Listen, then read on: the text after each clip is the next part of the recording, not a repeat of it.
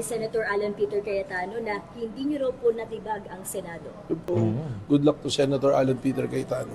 Hindi nyo tinitibag or hindi nyo talaga natibag? Alangan naman pong hindi kami humingi ng TRO.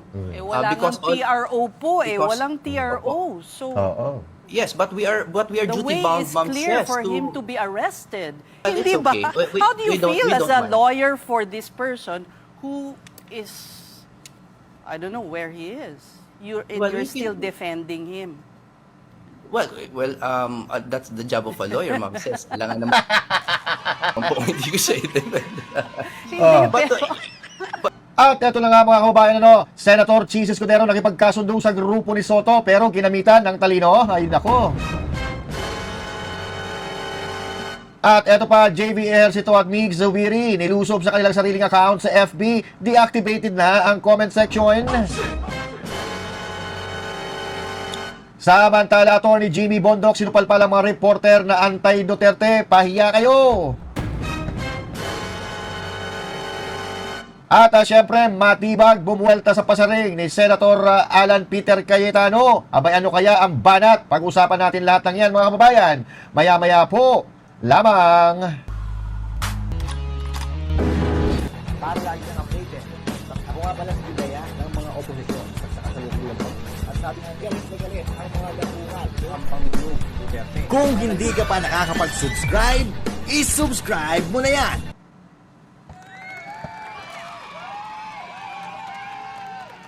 At syempre, magandang araw mga banateros at mga kababayan kong Pilipino sa iba't ibang panig ng mundo. Ako po si Master Judea, bakbaka na!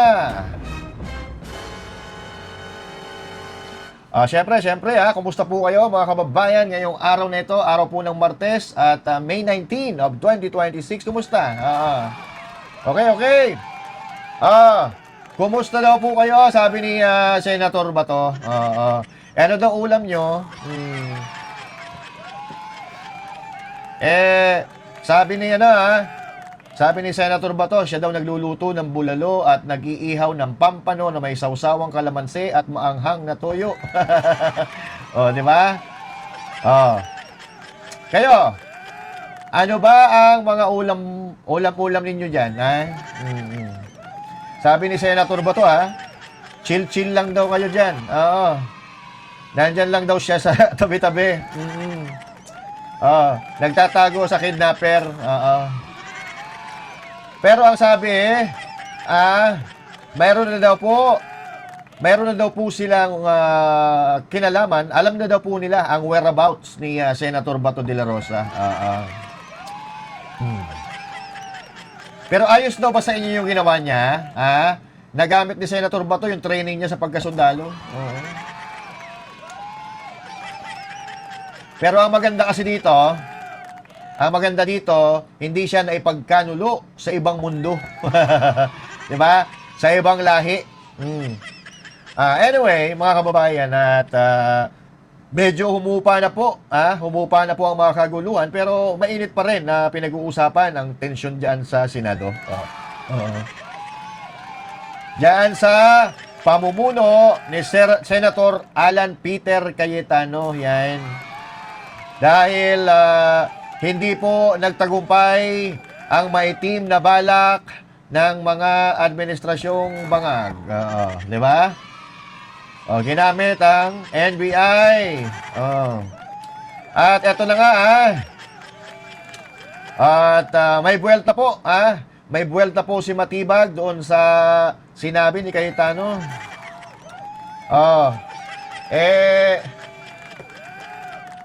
Hindi daw natibag. So, pero napansin ko, medyo bumait si Matibag. Samantalang nung pinasok nila yung Senado, galit na galit ang loko. Gusto pang magkipag-away sa mga supporter ni Bato. Eto po ang sinabi ni Matibag. Pakinggan po natin. Ito, bait na nyo. Ayan o. Sinasabi ni Senator Alan Peter Cayetano na hindi niyo raw po natibag ang Senado. Bakit? Gusto ba namin tibagin yung Senado? Eh. Gusto lang namin ipatupad yung batas. Ano? Naka. Saka, Batas it's kaya. not about Senator Alan Peter Cayetano. It's about Ah. the Senate and the judicial system. So, okay lang naman yun. Hindi naman eh. Bait ah. May balak pa tayo tibagin Senado. Wala naman. Meron. It's an institution enshrined in the Constitution we respect. ah. Well, good Nirespeto luck to daw, him, ah. no? He do it day by day. So, tomorrow is another day for him. So, good luck to Senator Alan Peter Cayetano. Ah. Salamat. So today, he still insists na NBI daw po umatake sa Senado. Well, malinaw naman na yung kwento. Nangyari yung barilan doon sa GSIS. At nandun kayo. So, sabi ko nga, this is an ongoing investigation already of DOJ and Office of the Ombudsman. We'll submit it. And yung mga video lumabas, nakita nyo naman eh. Umamin naman na mismo si General Mao na siya nagpaputok na ulang. Director May, di ba nakataka bakit NBI yung security? Kaya nga. Hindi ng GSIS at hindi PNP. Hindi naman to security, hindi bang katakataka rin dahil kasama naman ng Solosoy doon. Ay, ganun. Doon Luluso din talaga. kasi may presence na kami doon. Monday na po, doon. So they feel comfortable with the NBI. Siguro, I'm not saying na hindi sila comfortable with the PNP. Siguro, tsaka yung PNP are busy already in maintaining peace sa labas, di ba? So hindi Sige. naman, that's not something na unusual. Ano. Kwento mo yan, malinis ka dyan. Na, syempre, sa mga hindi po nakakaalam, ikinuwento na po ito ni Pia Cayetano, yung demography, yung compound ng GSIS. Ang Senado po nagre-rent sa GSIS sa compound. So, ibig sabihin, ang Senado po ay nasa kabilang ang GSIS sa Senate compound. Di ba? Ang pagitan po niyan ay pintulang. Pintulang po ang pagitan at yung pinto na yon ay nandun po doon sa katabi ng kwarto ni Senator Legarda. Sa bagay, kwento mo yan, malinis ka dyan, hindi raw nila tinitibag yung Senado. Hindi nyo tinitibag or hindi nyo talaga natibag. Ako, sigurado ako na hindi ganyan ang sasabihin niya ni Matibag kung nahuli nila si Senator Bato. Diba? Sigurado, magyayabang yan. Ang sabi nga niya dito, nire-respeto daw nila ang Senado. Pero andun sila, handa nilang pasukin ang Senado, lahat sila armado. Oo, yun ba ang respeto? Iya talaga, oh. Oo, sinungaling talaga ito, no? Huwag mo nga kami pinaglululo ko. Hindi na nga nagtutugma-tugma yung mga sinasabi mo, tapos paniniwalain mo pa kami sa mga sinasabi mo. Diba? Wala na po eh. Sirang-sira na po ang mga taong ito sa mga Pilipino. Balang araw, matatanggal din yung kapangyarihan na suot-suot ninyo at mananagot kayo sa mga batas na pinaglalabag ninyo. Diba? Sabi niya, mas komportable daw ang GSI, ang pamunuan ng GSIS sa kanila sa NBI.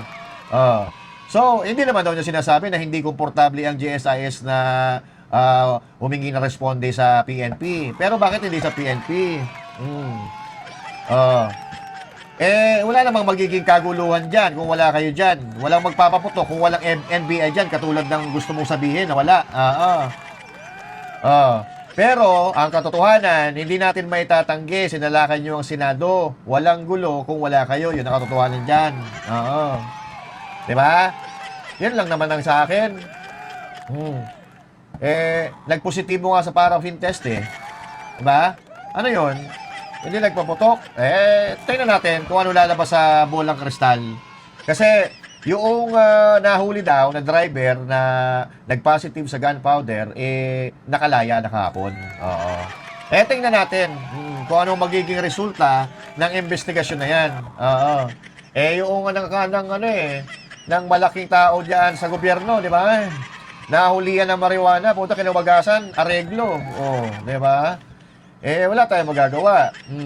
Pero ngayon, let me present to you, ang matatapang, ang may mga paninindigan, hindi nagpasindak, ang bagong majority leader. Yan.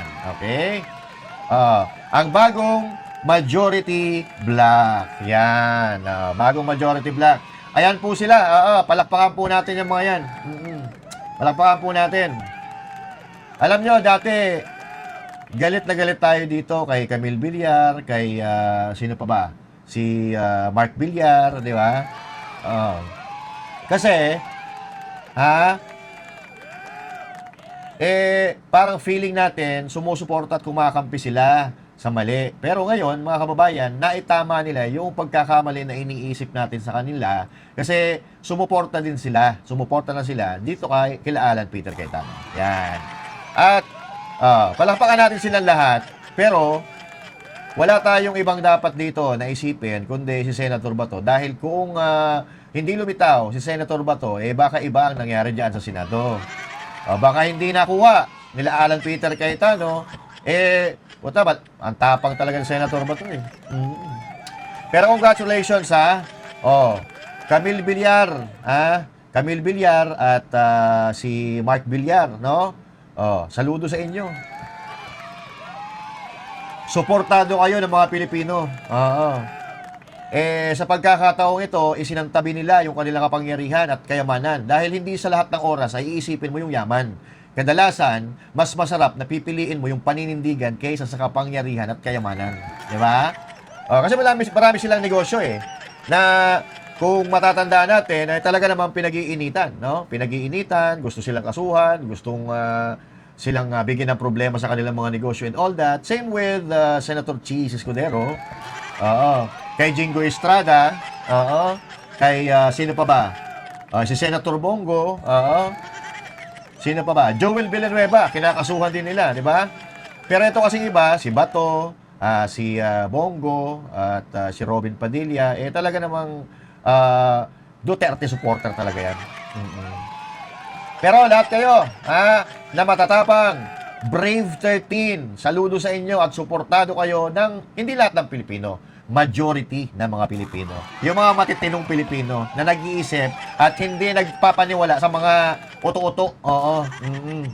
So, nakikita po natin ngayon mga kababayan na pilit po pinagkakaisa ni Cayetano ang Senado na dating ang gulo-gulo, di ba? Nagkakaaway-away, hindi magkasundo-sundo sa pagpapatupad ng batas, sa paggawa ng batas and all that.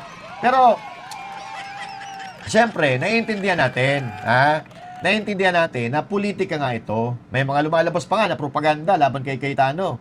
Pero believe me, mga kababayan, ang laki ng suporta ng majority ng mga Pilipino kay Cayetano. Yan.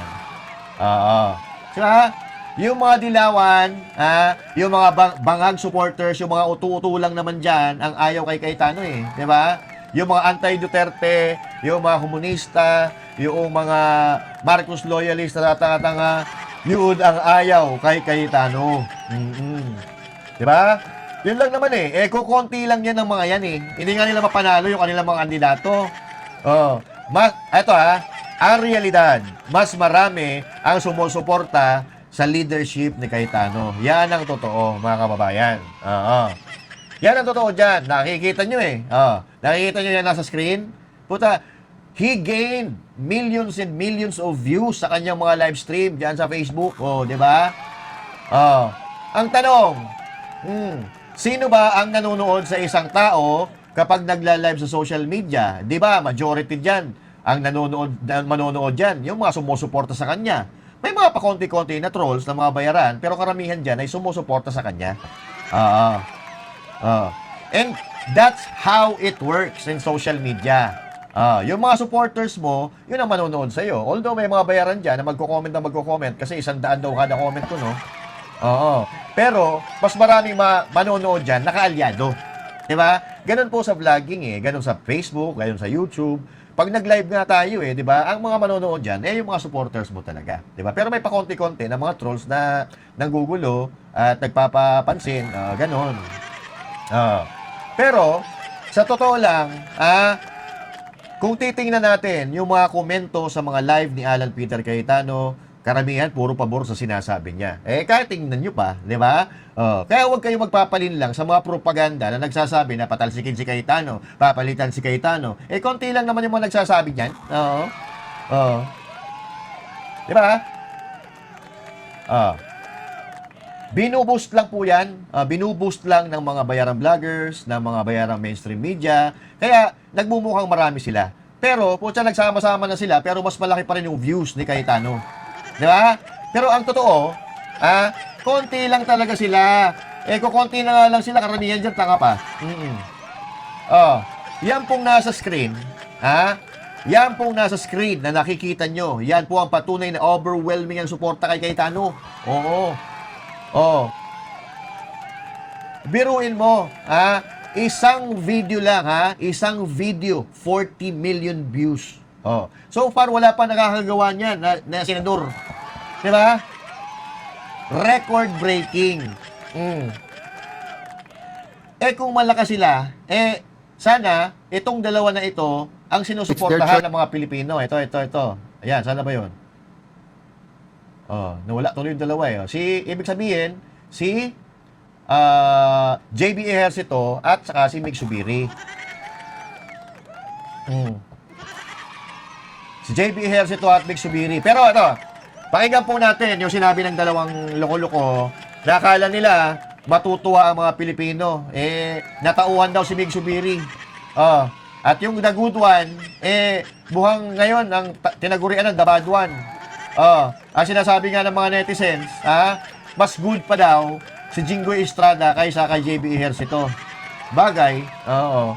Tuloy natin. Ito po. Ito, pakinggan ninyo. Choice if they remain minority or they join the majority, or if you can get 2 more members, then you will be the new majority. I would like to be associated with the minority bloc, Mr. President, if I may.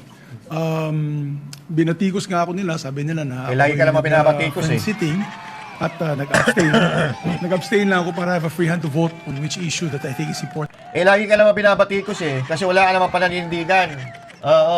Walang hiya ka. Yung tatay mo binastos-bastos ng eleksyon ni Marcos Jr. Tapos nandyan ka, humihimod-himod. Walang hiya. Kung ako tatay ko, babastusin mo ng ganon, punta umanda ka. Di ba? Yan ang problema kay Mig Subiri. Yung tatay niya, di ba, nung eleksyon, itinataas ng tatay niya yung kamay ni BBM, iwinasiwas ni BBM yung kamay ng tatay niya. So, ayaw magpataas ng kamay. Meron pang video dyan. May mga video pa dyan na naglilitawan ngayon. Wala ito Si Mig Subiri, fly the butterfly. Ito yung mga butterfly politician. For the Filipino people. But when it comes to the organization, Filipino I people. would like to Wala naniniwala associate sa'yo, myself with the gago. minority, Mr. President. Thank you, Senator Subiri. Senator Ejercito would also Ayan. like to... Ito pa, isa pa. Yes, first of all, Mr. President, I'd like to thank Mr. President for the trust and honor that I was offered to become the majority leader. But as I have mentioned to you personally, that as of this time, I would rather maintain my independence and with what is happening all over, I think I'll be able to All over the world. my tasks very well and my pet programs very well as an independent. But again, nonetheless, Independent. Mr. President, I would like to thank you for the trust and confidence. Being majority leader is a very, of course, it's one of the most powerful, we would say, position in the Senate. But I guess I have at this point I would like to maintain my tagal dahil pang And drama. I also understand. I also recognize that you will say that you will be our number 14, but until the time that we vote, any member, we have to respect their decision and always ascribe good faith. So we will continue to be good friends despite the political divisions or the nomenclature of who is in the majority or the minority. So for the purposes of today to the future, and unless a change is made, will you be an independent or will you be with the minority? For now, Mr. President, I'll be with the minority. Okay. But again, I would like to thank you for that and for the respect, and we will all still be friends. No matter. Thank you, Mr. Thank you, Senator Ejercito. So the Secretariat has that noted, and we can now compute the membership at a 13-11 proportion. Yan. Okay? Si Soto ba, narinig nyo ba na ganyan? Na kahit majority tayo and minority kayo, dapat we are still be friends. We are still be friends. Diba? Hindi mo narinig kay Soto yan. So, ibig sabihin, sa leadership ni Cayetano, gusto niya, walang gulo. Magkakaibigan tayo dito. Gawin natin ang ating mga trabaho. Huwag tayong mamulitika na mamulitika. Puta, puro kayo politika eh. Puta na, yung mga ulo nyo, may ahas na, politika ninyo eh. Di ba? Walang kaya, ang pinapalabas ng mga dilawan, pinapalabas ng mga supporters na gusto raw ng taong bayan ang pamumuno ni Soto. Walang hiya kayo. Pinaglololoko niyo ang mga tao. Kung gusto talaga ng taong bayan, ng grupo ni Soto, hindi sana sikat na sikat itong dalawang ito. 'Di ba? Kasi tumawid sila sa grupo ni Soto eh. Eh bakit imbis na matuwa ang Pilipino, abay minumura sila ng tao. Oh. Tapos sasabihin ng mga bayaran vloggers, bayaran media, ayaw daw ng Pilipino kay Cayetano. Mga ulul ba kayo? Simple arithmetic, hindi nyo makuha. Pinagloloko nyo lang ang taong bayan. Simpleng common sense lang, hindi nyo magawa. Diba? Oh. So far, sa nakikita ko, leadership ni Cayetano after kay Chis Escudero, so far after ni Chis Escudero, Soto, putya na, labalahura ang Senado. Tapos ngayon, gustong pagkaisahin ni Cayetano. Si Cayetano, very popular as of this moment, as for now. At least for now. Di ba? So walang hiya ito. Itong dalawang ito, tingnan mo. Ano yan? Senator Alan, sino to? Si Mig Subiri.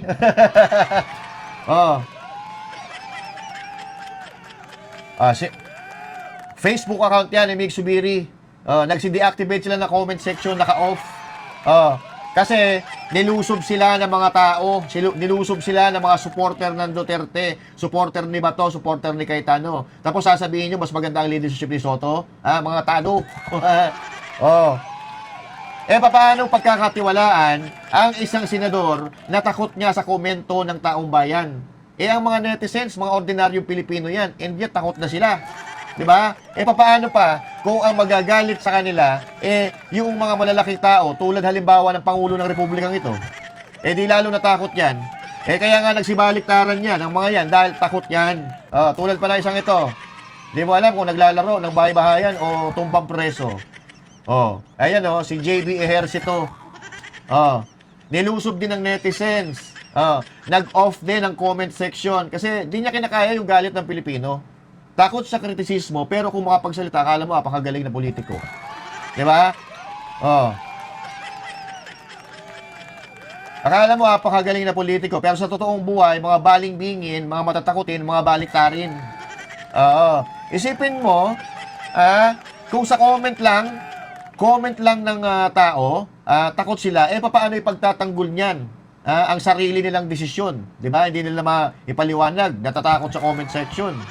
Sabi pa nga ni Subiri, natauhan daw siya. Sana ngayon, natauhan ka na. Dahil lang taong bayan, ang huhusga sa inyo. Diba? Bakit si Cayetano? Diba? Si Cayetano na sinasabi nila na ayaw daw ng mga Pilipino. Ayaw daw kay Cayetano. Bakit to? Bakit hindi nag-off na comment section? Si Cayetano, napilit nilang sinusungkit, pilit nilang patatalsikin. Nung Lunes, may mga parali-rally pa. Yung isang abogadong bakla na maitim ang mukha, ulik ba? Nag-post pa nga Diba? Patatalsikin na raw si Cayetano sa Lunes. Malinaw na malinaw, ang ginagawa nila ay mga black propaganda para yung ibang senador, matakot, lumipat sa kabila. Kaya, wag kayo basta-basta maniniwala, lalo na pag abogadong bakla na mukhang ulik ba. Kita naman natin Pero kita natin, wala naman talagang naniniwala. Si Chis Escudero, hindi naman nag-off na comment section. Pero sinasabi nila, si Chis Escudero daw, sangkot sa anomalya. Eto, Chis Escudero, labas ang page mo. Ayan, Chis Escudero. Di ba? Si Chis Escudero, sinasabi nila, nasangkot sa flood control anomaly. Pero bakit yung comment section nakabukas Ibig sabihin yan, handa siyang sagutin anumang kritisismo ang ibato sa kanya. Yung dalawang baliktarin, wala, nag-off Di ba? Tinakot pa nga si Chis tinakot si Chis na ipiprease ang kanyang assets. At may mga bali-balita po kahapon, Lunes, na si Senator Chis daw kakampi kila Soto. So, yan po, ito mga bahagi ito ng mga bulong-bulungan dyan sa tupadahan. Sa chismisan ng mga marites dyan sa kabilang bakod. Bulong-bulungan. Pero, linggo pa lang eh. Linggo pa lang, alam namin kung sino yung babaliktad. Ang balibalita pa nga namin, si itong si JB Ejercito, sasama sa majority. Diba? Pero hindi natin inakala na sasama siya sa minority. So, hindi ko alam kung itong dalawang magkapatid na naglalaro, pero palakpakan natin si Jingo Estrada. So, pero, balik tayo kay Cheese, no? Si Cheese Escudero daw babaliktad. Nag-ugat kasi yung mga ugong-ugong na yan, na babaliktad si Cheese Escudero dahil ito daw di umano ang nangyari, ha? Kinausap daw talaga. May mga senador na kinausap ang grupo ni Soto at kasama yan si Escudero. Kinausap ng kampo ni Soto dahil nga isa siya sa mga tinatawag na vulnerable. Vulnerable! Dahil pinag-iinitan siya. Pinag-iinitan siya ng administrasyon ni Marcos Jr. Kakasuhan nga daw siya, ipi-freeze yung assets niya, di ba? Pero, magaling si Escudero Matalino.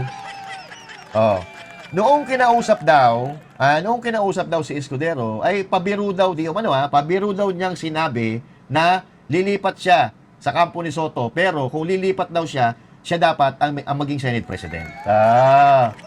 Di ba? Kung halimbawa lang, seryoso yung sinabi ni Escudero. Halimbawa, bumaliktad si Cheese Escudero, hawak pa rin niya ang Senado. Kung pumayag sila Soto. Wala rin pagkakaiba yon kay Cayetano. So, pero, ang tanong ko, ano pipiliin natin? Yung mga attorney o yung mga komedyante? Komedyante na si Soto. Diba? Abay, nakakatakot yan. Kasi hindi naman niya kabisado ang batas. Ni Soto. So, mga kababayan, buksan yung isipan ninyo. Na ngayon, ang mga binabanatan, pinapakulong, ginigipit, at kinakasuhan, ay talaga namang makikita natin na mga Duterte-aligned politicians and supporters. May nakita na ba kayo na politiko nakakampi ni Marcos na may nakinasuhan ng gobyerno? Wala, di ba? Duterte. Pastor Kibuloy. BP Sara. Ito, sila Escudero. Bong Revilla. Di ba? Kasi si Bong Revilla, talagang mahal noon si BP Sara. Kaya nga tingnan mo ngayon, nakakulong siya. Di ba? Kasi nga, isa sa mga vulnerable din si Revilla. Kasi alam nila na dati nakasuhan na ng plunder, pero isipin natin alalahanin natin na siya po ay naabuswelto. So, ibig sabihin, hindi napatunayan yung bintang niya. So, yung bintang sa kanya, hindi napatunayan. Diba? Kaya, mas pipiliin ko yung mga Senate President na attorney kaysa sa komedyante. Kasi yung mga komedyante, wala talagang alam yan. Marahil, magkakaroon sila ng experience sa panunungkulan sa Senado dahil 25 years ka nga ba naman sa Senado Di ba? Pero, kung batas ang ating pag-uusapan, dapat abogado talaga ang namumuno dyan. Kasi ang batas, nagbabalangkas ka ng batas nagpapasa ka ng batas Di ba? Ikaw ang gumagawa ng batas. Dapat abogado talaga. Si Soto, wala namang alam yan. Maliban doon sa experience niya pagkatagal-tagal na senador, sa batas po siya, oplok yan. Gusto nyong ebidensya? Gusto nyong katunayan? Ito, pakinggan nyo. Yan na. I heard, and we saw the notice, the message from the House of Representatives, and you have referred the articles of impeachment to the Committee on Rules. May we know if we have already constituted the Committee on Rules? The Committee on Rules is in the acting capacity. So, in accordance with Section 19, the same members and Senator Villanueva. Actually, for your information, Minority Leader, we were in caucus and wanted to meet also the minority to start reading the committee chairmanships, but we thought it prudent to convene the court first And then when we remove our, after we convene the quorum and suspend, we can go back into session to start reading the committees. So I take it that right now the chairman of the Committee on Rules is in an acting capacity. Yes, Senator Villanueva. And an the acting- membership at this point would only be the ex officio members. And the members before all positions were declared holdover vacant. from the Holdover, previous, yes. In accordance with Section 19. Will you refresh me with Section 19, Your Honor, Mr. President? Because Yes. Refresher course. And to be fair, because in that Senator case- Pangilinan has a interpretation question. That's why we referred this to the Committee on Rules. Okay. The chairman and the members of the permanent committee shall commence in the exercise of their duties upon election. They shall cease when their successors shall have been elected or designated. So since we have not yet elected or designated their successors, except for the majority leader, our interpretation that it continues. But Senator Pangilinan did bring up the seeming conflict that if it's all seats vacant, then it's Yes, vacant. But precisely. then my initial statement was that you harmonize the rules, and if you harmonize it with pragmatically with what's happening, then we should never have a complete vacancy. Having said that, it is with the Committee on Rules, but I don't think Senator Villanueva scheduled it for hearing until we have the permanent members, just to be sure. And we hope to start doing that this afternoon. we will accept that for now, Mr. Yes. President. Thank you, Minority Leader. We make wait. note of the manifestation. And Tagalugin mo na lang kasi. Magsalita talaga, oh. Pakita nyo? Hindi niya alam. Tinatanong niya daw kung ano yung sinasabi sa section 19. Eh ako hindi ko alam eh. Oo. Kasi hindi naman ako senador eh. Hindi naman ako abogado. Pero dapat alam niya ni Soto. Eh bakit nagtatanong pa? Ganyan po kadelikado kapag hindi abogado nagsasalita. Lalo na pag usaping batas. Delikado ang kalalabasan, lalo-lalo na ng impeachment laban kay BP Sara kapag ganyan ang magdedesisyon sa impeachment trial. Yung walang alam. Lalo pa na alam naman natin na atat yan si Soto na ma-impeach si BP Sara. Bakit? Kinontra nga niya eh. Inaway nga niya yung Supreme Court, di ba? Hindi naman siya abogado. Mas matalino pa siya sa abogado. Di ba?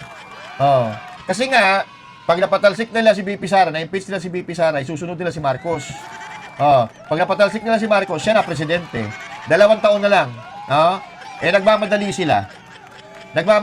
Kasi 2 taon na lang ang termino ni Marcos Jr. Kailangan ngayong 2026 ma-impeach si BP Sara. Kasi 2027, si Marcos na naman ang i-impeach nila. Bago matapos ang 2027, kapag na-impeach nila si Marcos, ay putya, tupad na tupad ang pangarap ni Soto. Magiging presidente siya ngayon. Diba? Buti na ngayon, kampante tayo kay Cayetano. Diba? Eto. Cayetano, ikaw lang. Sapat and ka.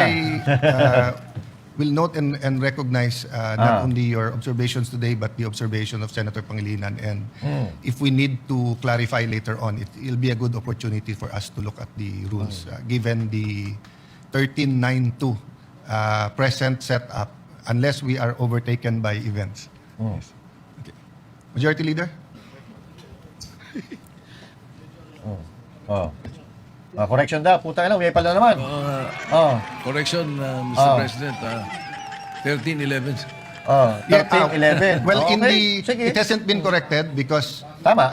Senator Supalpal na naman. Subiri and Senator JV said that they are independent, but same with Senator Pia and I, we started out independent, and then Senator Subiri asked us if for the purposes of we can Tanga join nga the tanga. majority. So it's their choice if they remain minority or they join the majority, or if you can get 2 more members, then you will be the new majority. Yan. Dapat. Oo. Kung meron pa kayong kung may makukuha kayo sa kasalukuyang majority, di kayo na ang bagong majority. Maka-pa lang itong si Soto no? Alam naman namin yan. Alam namin na 11 kayo. Ang sinasabi ni Cayetano, ay sinasabi ni Ejercito at Subiri na independent sila. Mananatili daw silang independent kahit sumali sila sa minority. Mahina talaga utak, no? Oo. Diba? But anyway, gusto lang i-justify ni Soto na 12 sila. Ay, 11. Oh. Gusto niya lang ipaalala kay Cayetano na, dalawa lang ang lamang mo. Ha? Gusto lang, dalawa lang ang lamang ng majority sa kampo nila. Kasi 13-11 eh. Eh kung malakas kayo, di kahapon sana, di nakakuha nyo na. Diba? Napatalsik nyo na si Cayetano. Pero,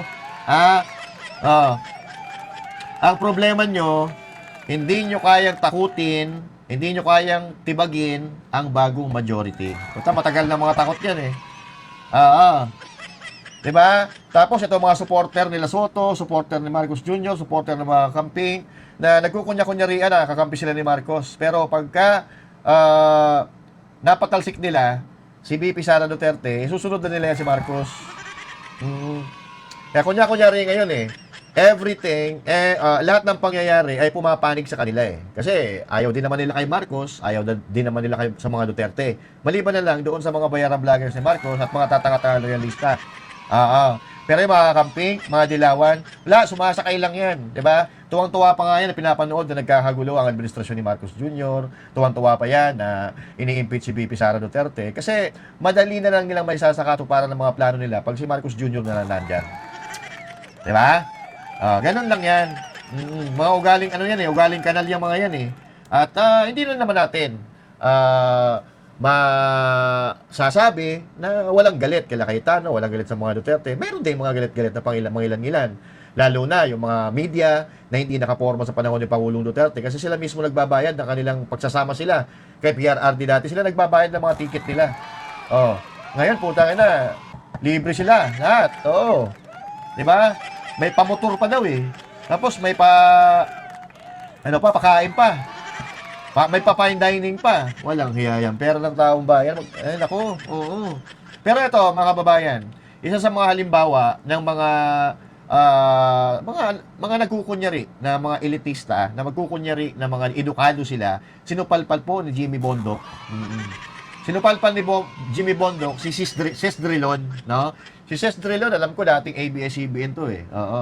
Kaano-ano kaya to ni Franklin Drilon? Mga dilawan yan. Basta mga mainstream media na bayaran, wala naman tayo sinasabi nabanggit na bayaran mainstream media. Alam na nila yan kung sino sila. Kasi tumatanggap daw sila ng paper bag tsaka maleta eh.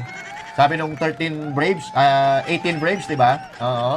So ito, panoorin po natin kung paano nilampaso ni Jimmy Bondoc itong mga nagtatali-talinuhan ng mga reporters na ito. Ito, pakinggan nyo. The reason why complicated yung petition is alam nga naman pong hindi kami humingi ng TRO. Wala ng TRO po eh. Walang TRO. So, yes, but we are the way duty-bound, is ma'am, clear yes, for him to be arrested. And if he, as a lawmaker, he should at least face the music and not go missing. Face the music. After casting his vote in the Senate, he disappears. Lagi niya kinakat si Jimmy Bondoc eh, no? Wala pa daw TRO. Natural. Wala pang TRO, pero ang importante, nag-file ng motion ang kampo ni Bato para magkaroon ng TRO. Hindi pa lumalabas ang desisyon ng Korte Suprema. Mas magaling ka pa sa Korte Suprema. Tayo ng to. Yes, I understand your passion, but it is still our legal stand. It's a question, and even we expect more of our lawmakers. His action is really compared to other legislators who surrendered even at the Senate, who faced the music and waited to be cleared by courts of law. Okay, hindi ba dapat we expect more on the mainstream media na magbabalita kayo ng tama? Kayo na mag-abogado, diba? Natural, abogado ni Senator Bato yan, ipagtatanggol niya si Senator Bato. Tanga lang. I invite you, ma'am, to... Can't he do the same? I invite you, ma'am, to imagine this scenario. For example po, just in case, i-declare po ng Supreme Court, and we are, as lawyers, we cannot do that, no? But we are just imagining na ma-declare nga na walang jurisdiction sa atin ang ICC. Pero, yes, but we don't know that yet, right? Yes. No. Kailan daw ma-declare? Hindi mo nga alam eh, tapos bida-bida ka. But we don't know that yet, because there's a difficult question of law. Because if this were settled, hindi na po hihingi ng Supreme Court ang comment ng OSJ, di-decide na nila, no? Pero because nakabinbin po yung kaso na yan, let's just say the decision goes in that favor, no? In our favor. Pero nakuha po nila si Bato In the at dinala meantime, na he po. goes his merry way in hiding. Why not do his duties in the Senate? Pinahiya Yes, po because- kayo eh. Kayong naiwan ditong nag-explain sa amin. Minamanipulate niya si Jimmy Bondoc. Pinahiya po kayo eh. Kumbaga, magalit dapat kayo kay Bato. Kasi pinahiya kayo. Kayo ang nag-i-explain sa amin. Natural, abogado ni Bato yan. Tanga ka ba? Alangan naman ikaw ang pagtanggol niya. Abogado nga ni Bato yan.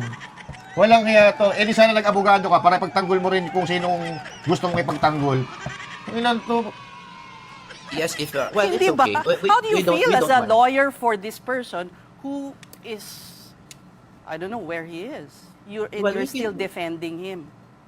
Well, that's the job of a lawyer, ma'am. Says, kailangan naman. Hindi ko siya i-defend. Hindi, But, pero- That's a job of a lawyer. Ipagtanggol ang kanyang kliyente. So what do you expect from Jimmy Bondoc? Just Relon. Kinuha siya ni Bato na abogado tapos ang pagtatanggol niya ikaw? Tanga ka? Tanga na. Paano naging journalist to? but kasi, di ba, parang, sige, tama na kayo kung gano'n. Hindi ko naman pwedeng sabihin. Kung nag-aantay siya ng magandang desisyon ng korte, bakit kailangan sa in the dark? Yeah, ma'am, know? because Yeah. ma'am, this is the key phrase, no? Because there is a difficult question of law. This is not just a random phrase, no? This is jurisprudential, no? Because there is a difficult question of law. We all know, ma'am, bilang mga tao, bilang human beings, there are some gray areas in the law, no? Kung minsan po merong mga naa-arrest na unlawfully. Halimbawa po, yung gobyerno, isang linggo po nilang sinabi na wala pong NBI agent na mag-a-arrest kay Bato, wala silang intention. Yet, may mga pumasok doon, binugbog po yung isang sergeant at arms, nag-a-announce ng intention nila to arrest Bato. Tapos sinabi po ni Director Matibag, wala pong NBI doon, biglang meron po. So, because of this actions taken together, thus nagka-shooting pa, then there is reasonable grounds to believe on the part of my client that there might be an unlawful arrest in motion. No, so Shooting kung meron that kayong- actually may have been scripted by his own camp. Hindi po. Kung kasi po, kung scripted po yun, ibig sabihin po, kinausap nila yung NBI. Ibig sabihin po, in cahoots yung NBI para mag-drilling doon sa kabilang panig po ng Senate sa GSIS. Anyway, Oh. we're I talking find about the that- actuations of Senator Bato Yes, de la but for Rosa. them to stage that shooting, that means sila po yung kinausap nila yung driver na si Oragon para magpaputok at yung mga NBI para Basag. mag-drill. I think we should be beyond that, no? Hindi po staged yun, at least not by our camp. And attorney, has Senator Bato de la Rosa or kahit kayo po as his lawyer ever consider na mag-surrender na lang po siya sa ICC because some critics are pointing out that his actions are actually causing more harm than good. It could end up becoming unproductive not just for him but even for the case of former President Duterte before the ICC. Yes, ma'am, if you were a relative, no, of Senator Bato or anyone similarly situated, no, and alam niyo po that pwede siyang ma-Duterte, no, pwede po siyang to languish in some faraway cell for under a court which we claim has no jurisdiction, no. Tapos eventually lumabas ko kunyari yung desisyon ng Supreme Court na wala ngang jurisdiction yung ICC sa atin. Ano po magagawa natin para po ibalik sila? It is an irreversible damage, no, not just upon our client but the sovereignty of the Philippines. Ang siguro po, sana po out of fairness, sana po tinatanong din natin, bakit hindi po kasuhan sa Pilipinas? Lahat po ng testigo nandito, lahat ng ebidensya nandito po. Bakit po hindi ba kasuhan dito instead of trying to short circuit? Sino po ang gusto niyong tanungin namin out of fairness kung bakit hindi dito sa Pilipinas ilitisin Tanga. ang kaso? Sino po ang gusto niyong tanungin namin? Administrasyon ni Marcos. Ang gobyerno kasi po, this is the people of It the has been Philippines. tried. Even the former Justice Secretary himself, Boying Remulla, who's now ombudsman, he himself said, hindi po kaya ng gobyerno. This is why the victims have gone to the ICC for justice. Hindi ho kaya dito. Bakit po? Nung isang araw po, meron kaming Bakit po akong na-receive. tatanungin? Hindi, meron po kaming This is na-receive. their na own sa- statement. Yes, ma'am. And precisely why there is an ICC. Ayaw niya pagsalitain si Jimmy Bondoc, no? Kapag hindi pumapabor sa kanila yung sasabihin ni Bondoc, kinakat niya. 'Di ba? So, binabaran niya. This is how the journalist Is this how the journalists behave sa kanilang mga iniimbitahang interviewin? Kung ano yung stand ni Jimmy Bondoc, that's his stand. Wala kayong pakialam dyan. CC. Yes. I don't know why you are framing it as a diminution But we're not part of the ICC. Philippine sovereignty. We're not a part of the We're ICC, talking ma'am. of the international community here. Hindi ho Yes, we're isang- not part of the ICC, ma'am. I beg you to understand. We're not part of the Rome Statute anymore. We withdrew, and that was affirmed in the Pangilinan versus Cayetano case. With all due respect, ma'am, yes, says, no? but And- the crimes, and, may I say also, ma'am. attorney, Yes, that the crimes indicated were before we withdrew from the Rome Statute. Okay, sige. Yes, but there is a very long discussion about continued cooperation. But it is not part of continued cooperation, no, to serve an ICC warrant. Kasi po, kung let's assume arguendo na nasa Rome Statute pa tayo, ma'am, ha? Let's assume, ha? Meron pong proseso sa Article 58 saka sa Article 59 ng Rome Statute kung paano po mag-serve ng warrant.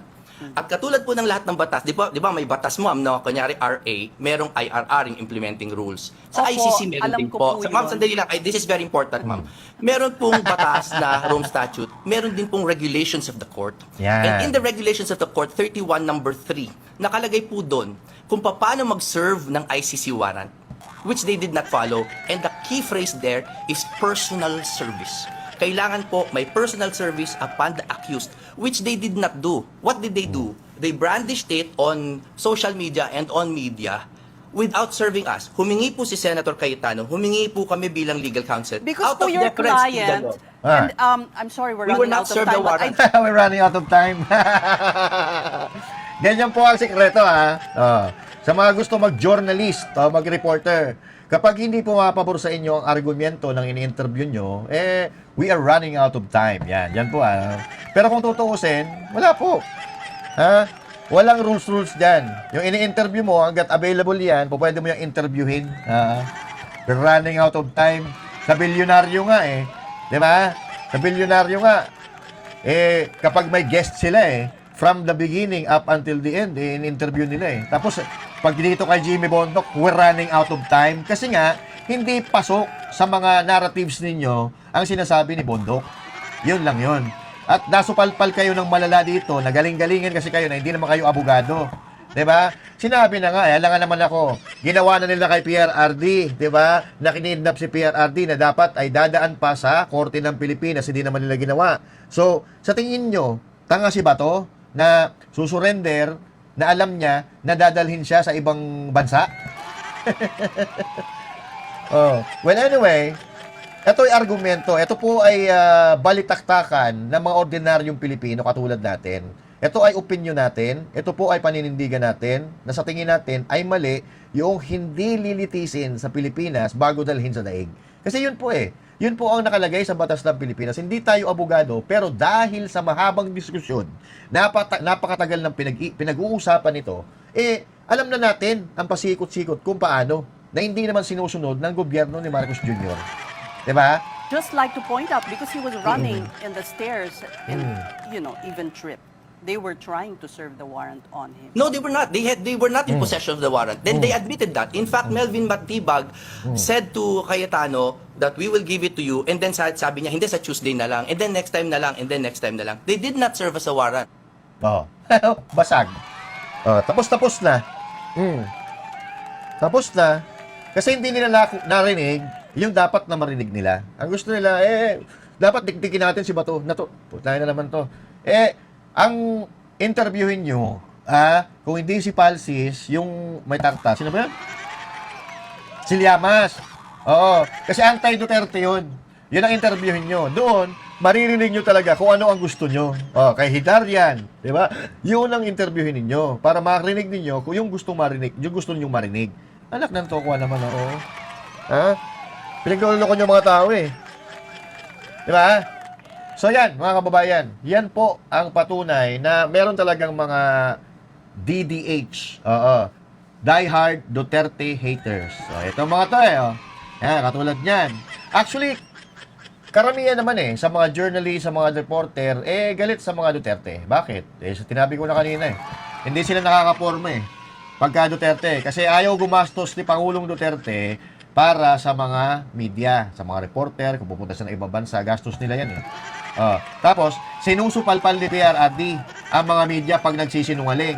Di ba? Ngayon, nakita nyo ba yan? Pag nagsinungaling ang media, wala ka maririnig na wala ka maririnig sa gobyerno. Gustong-gusto nila yung nagsisinungaling. Pare-pareha sila eh. Mga sinungaling, di ba? Hindi naman lahat ng media. Meron pa dyan ng mga matatino, katulad na limbawa, Net25, SMNI, yan the best yan. Yan tayo makinig. SMNI. Kasi sa SMNI, hindi magsisinungaling yan. Dahil, ang Net25, pag-aari yan ng INC. Ang SMNI, pag-aari yan ng KOJC. So, hindi magsisinungaling yan, mga makajus yan eh. Di ba? Kaya kayo, nasusupalpal kasi lagi dahil mga sinungaling. Yan ang problema natin. The birds with the same feather plakakak together. Kaya pag nagsisinungaling si Marcos, nagsisinungaling si Claire Castro, tuwang-tuwa kayo. Kasi pare-parehas ang kulay nyo. Ganun lang naman yun eh. Di ba? So ngayon, nasupalpal kayo.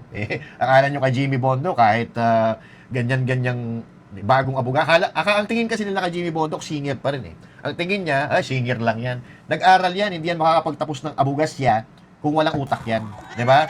Di sana nag-abogado kayo para yung mga tinatanong nyo, tinanong nyo sa sarili nyo, mga ulol, mga gago. Di ba? Anyway mga kababayan, hanggang dito na lang muna. Kung may komento kayo, i-comment ninyo. Pag-usapan natin yan sa susunod na talakayan. Once again, my name is Master Judes and thank you. God bless you all and to God be the glory. Magandang araw po sa inyong lahat. Banateros ay kami, walang iba. Banateros hanggang sa huli naming hininga.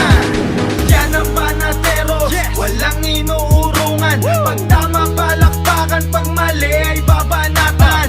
Yan ang Banateros, boses ng ordinaryo Pilipino. Banateros ay walang makakaawan.